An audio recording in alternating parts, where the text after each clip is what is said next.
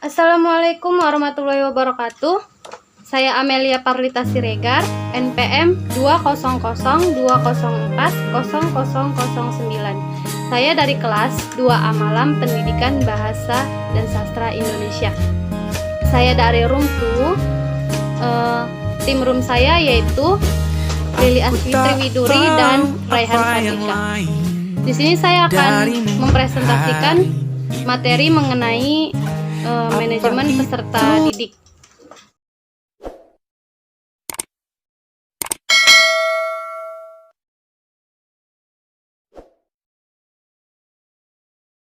Sebelum pembahasan, kita akan membuat skema pembahasan terlebih dahulu seperti yang ada di slide ini. Yang pertama yaitu definisi manajemen peserta didik. Nah, jadi saya nanti akan menjelaskan apa sih manajemen peserta didik. Yang kedua yaitu tema pembahasan dan masalah. Jadi di sini saya beserta tim room saya mengambil tema yaitu baling di sekolah. Yang pertama nanti akan kami bahas dari tema kami yaitu pendahuluan, rumusan masalah, metode penelitian, dan pembahasan. Ya, yang pertama yaitu definisi manajemen peserta didik. Jadi saya akan membacakan pengertiannya. Manajemen peserta didik adalah penataan dan pengaturan terhadap kegiatan yang berkaitan dengan peserta didik, mulai dari masuk sampai dengan keluarnya peserta didik tersebut dari suatu sekolah. Manajemen peserta didik bukan hanya berbentuk pencatatan peserta didik tersebut, tapi melainkan meliputi aspek yang lebih luas yang secara operasional dapat membantu upaya pertumbuhan dan perkembangan peserta didik dalam proses pendidikan di sekolah. Di slide ini yaitu tahapan-tahapan manajemen peserta didik. Di dalam tahapan tersebut ada perencanaan peserta didik, yaitu pertama merencanakan jumlah peserta didik yang akan diterima agar supaya penentuan jumlah tersebut optimal dalam pembelajaran. Nah, jadi sekolah itu sudah menentukan atau merencanakan di awal berapa murid yang harus diterima. Jadi biar nggak terlalu rame atau terlalu banyak murid yang diterima, jadi sudah direncanakan sejak awal. Atau apakah 2 kelas atau 3 kelas atau seterusnya gitu. Yang kedua yaitu menyusun program kegiatan peserta didik yang didasari dengan visi dan misi lembaga pendidikan yang bersangkutan. Nah, biasanya memang di setiap sekolah atau suatu kegiatan itu pasti ada visi misinya. Yang kedua minat dan bakat peserta didik. Yang ketiga sarana dan prasarana. Yang keempat anggaran yang tersedia, dan yang terakhir tenaga kependidikan yang tersedia, yaitu misalnya jumlah gurunya atau mau berapa gitu kan. Yang kedua yaitu rekrutmen peserta didik.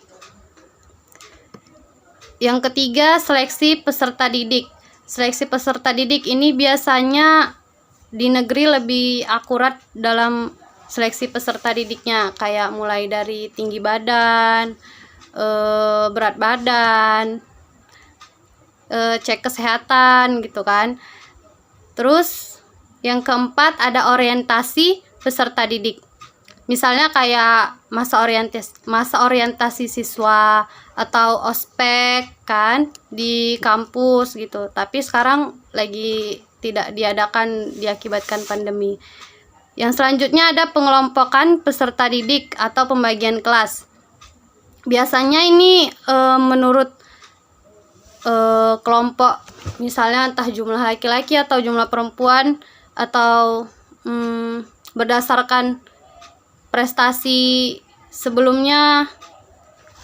Jadi sekolah sudah masing-masing menentukan apakah dikelompokkan berdasar prestasi atau jumlah.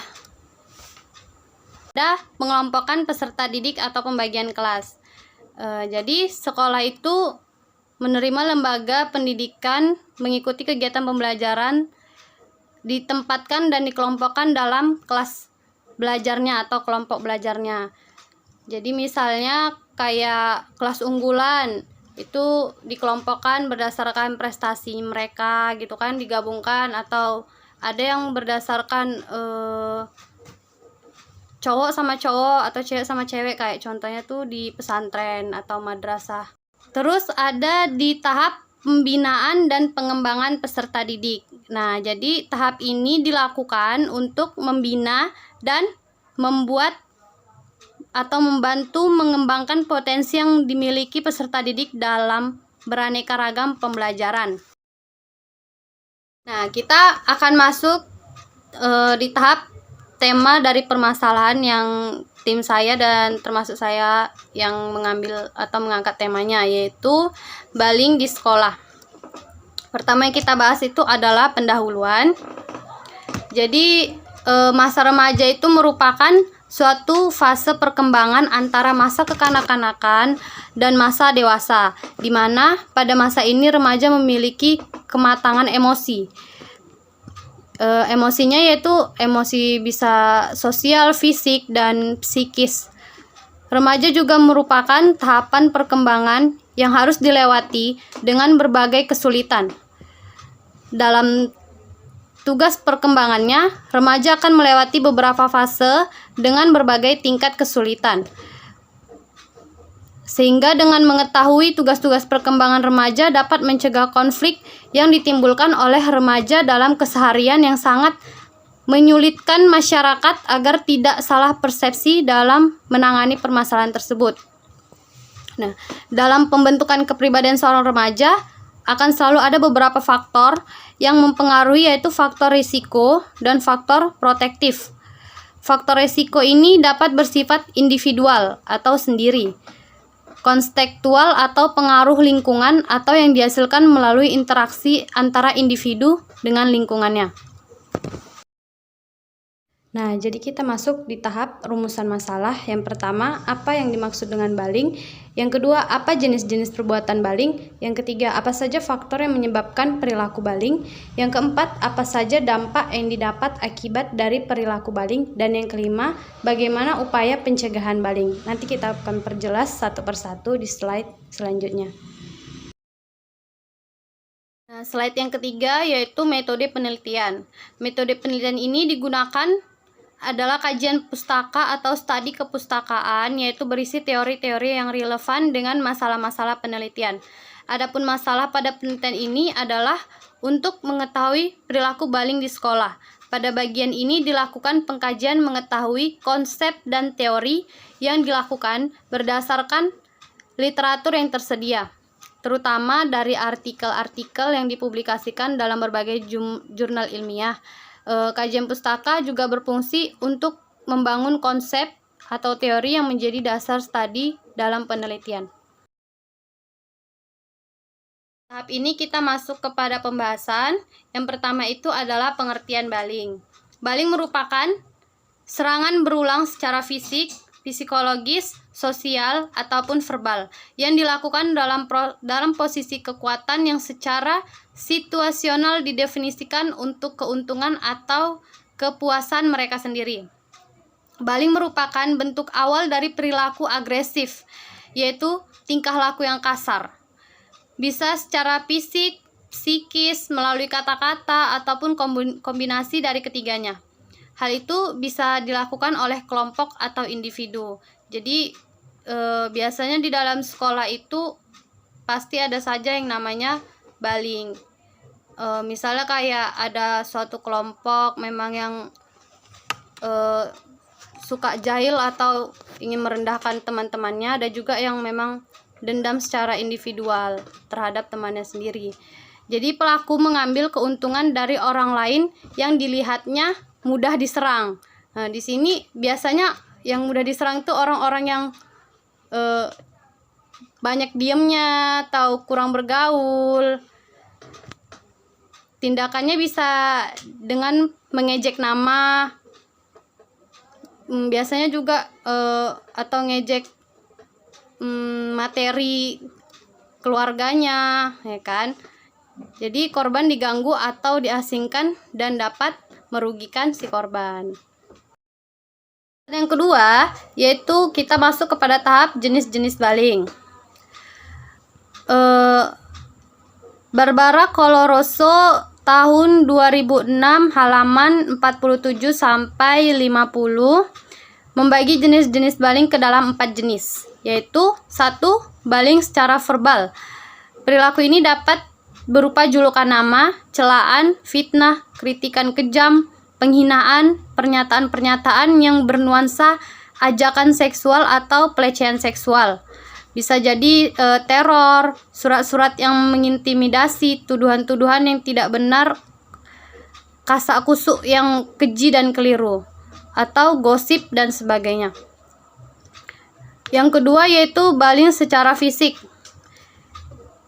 Termasuk dalam jenis ini yaitu memukuli, menendang, menampar, mencekek atau menggigit, mencakar, meludahi, dan merusak serta menghancurkan barang-barang milik anak yang tertindas atau si korban. Kendati baling jenis ini yaitu yang paling tampak dan mudah untuk diidentifikasi, namun kejadian baling secara fisik tidak sebanyak baling dalam bentuk lain. Remaja yang secara teratur melakukan baling dalam bentuk fisik kerap merupakan remaja yang paling bermasalah dan cenderung akan beralih pada tindakan-tindakan kriminal yang lebih lanjut. Oke, yang ketiga yaitu baling secara relasional, yaitu pelemahan harga diri korban secara sistematis melalui pengabaian, pengucilan, atau penghindaran.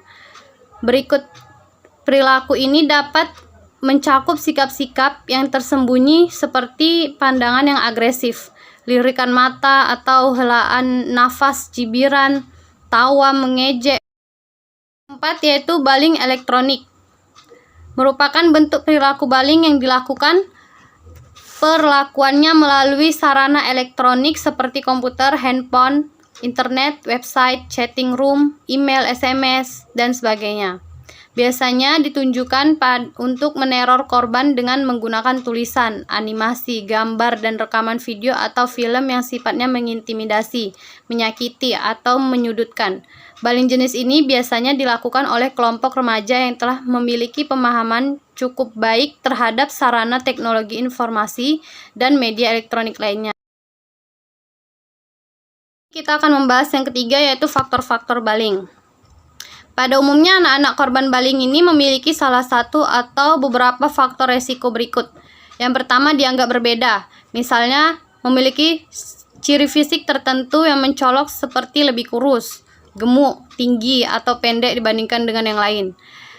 Bisa jadi berbeda dalam status ekonomi, memiliki hobi yang tidak lazim, atau menjadi siswa-siswi baru.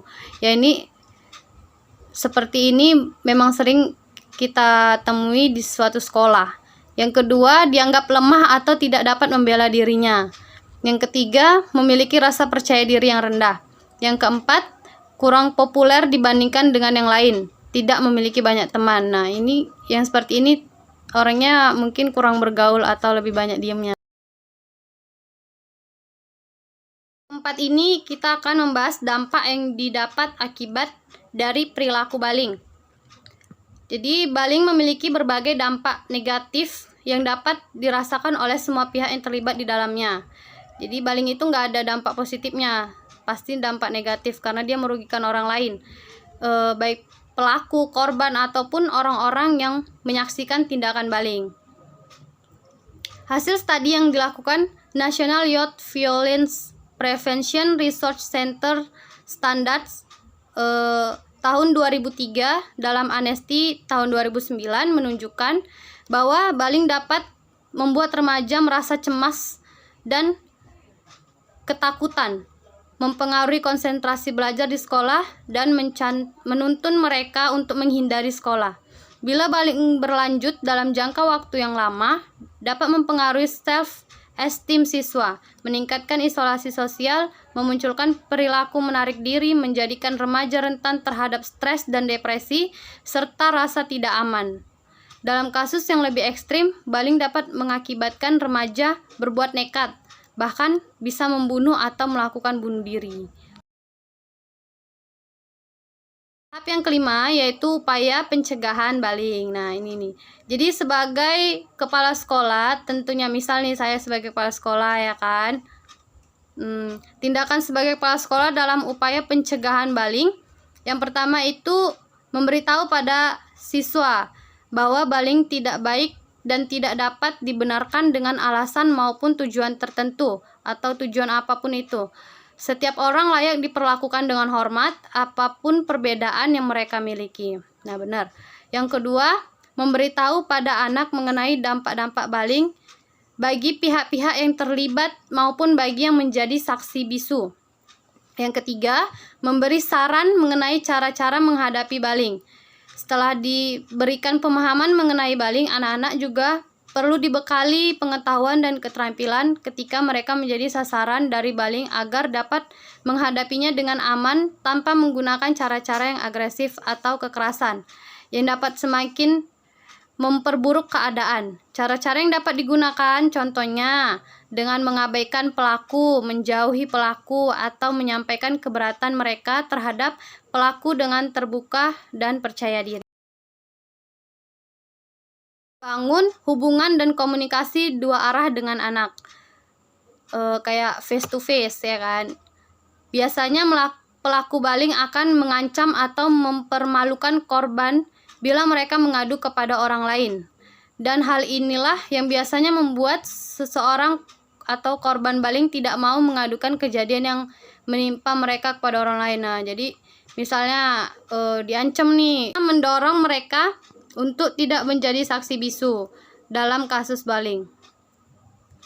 Yang keenam, membantu anak menemukan minat dan potensi mereka. Yang ketujuh, memberi teladan lewat sikap dan perilaku. Sebaik dan sebagus apapun slogan serta sarana nasihat yang mereka dapatkan, anak akan kembali melihat pada lingkungan mereka untuk melihat sikap dan perilaku seperti apa yang diterima oleh masyarakat.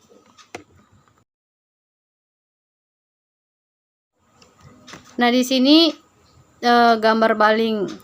Nah, kalau di sini kita lihat gambar bullyingnya itu secara berkelompok. Nah, ini si korban yang di sebelah kiri korbannya cewek, yang sebelah kanan cowok. Nah, kasus ini merupakan tahap dalam pembinaan atau pemberdayaan di sekolah. Jadi harus dibina para siswa oleh kepala sekolah atau guru agar menghindari yang namanya bullying. Oke, terima kasih. Sekian presentasi dari saya mengenai bullying di sekolah. Kurang dan lebih mohon maaf. Assalamualaikum warahmatullahi wabarakatuh.